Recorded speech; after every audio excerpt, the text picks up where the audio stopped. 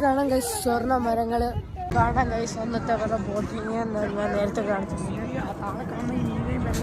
കടലിനെയാണ് അതെ അത് ഇപ്പൊ നിങ്ങൾ ഈ കാണുന്ന ഇതെന്ന് പറയുന്നത് ശംഖാണല്ലോ.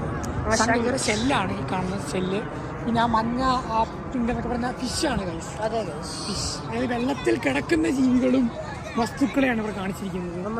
ഇപ്പോൾ കാണുന്നത് കുവൈറ്റിലെ ഇതാണ് പണ്ടത്തെ കപ്പൽ അല്ലേ. അതെ ഇവിടെ ഇതായിരുന്നു ഇവരുടെ മെയിൻ മാർഗം. ഫിഷിംഗ് ആണ്. ഫിഷിങ്ങും ഷെല്ല് പേൾ മാർക്കറ്റിംഗും ആയിരുന്നു അവരുടെ മെയിൻ ബിസിനസ്. ഇത് മാത്രമേ ഉള്ളായിരുന്നു അവർക്ക് അല്ലേ.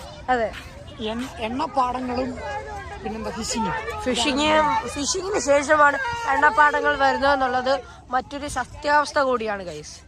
കണ്ട ഗൈസ് നമ്മുടെ കൂട്ടത്തിലുള്ളവരൊക്കെ തന്നെയാണ്. നമുക്ക് അപ്പുറത്തോട്ട് ഇങ്ങനെ ചെന്ന് കഴിഞ്ഞാൽ അപ്പുറം കുറേ ലൈറ്റ് വർക്ക്സ് ഉണ്ട്, പാച്ച് വർക്ക്സ് ഉണ്ട്, അവിടെയൊക്കെ ഉണ്ട്.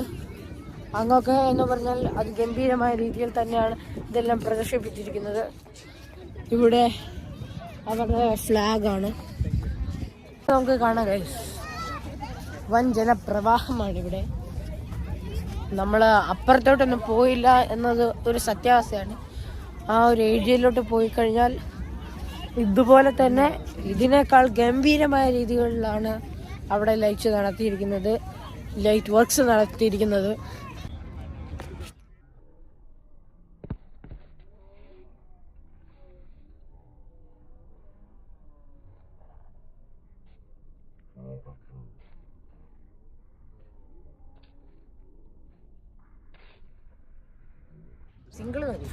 അപ്പൊ നേരത്തെ പറഞ്ഞ പോലെ ഈ ഡോറിന്റെ ഉള്ളിലേക്ക് കൂടെ അങ്ങോട്ട് ചെല്ലുകയാണ്.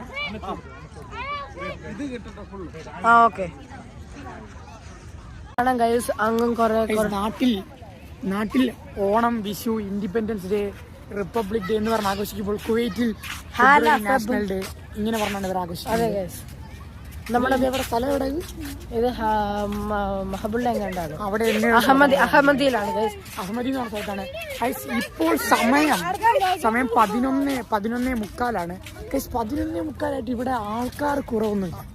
ആൾക്കാരുടെ തിക്കും തിരക്കും കൊണ്ട് എന്തുകൊണ്ട് ആൾക്കാർ രാവിലെ വരുന്നില്ല എന്ന് ചോദിച്ചു കഴിഞ്ഞാൽ വളരെ സിമ്പിൾ ഉത്തരവാണ്. കാരണം ലൈറ്റാണ് ഇവിടെ കാണാനായിട്ട് പ്രത്യേകിച്ചുള്ളൂ. അല്ല വേറെ ഒരു തേങ്ങയില്ല. ഈ നാട്ടിൽ പോലിക്ക് നിൽക്കുന്നെങ്കിൽ മനസ്സിലായി അത്രേ ഉള്ളൂ. കണ്ട അന്ന് എനിക്ക് തോന്നുന്നു അവർ ഓരോ സമയത്ത് അവർ ഉപയോഗിച്ച സംഭവങ്ങളാണ്. ഇത് കുത്തുവിളക്കല്ലേ,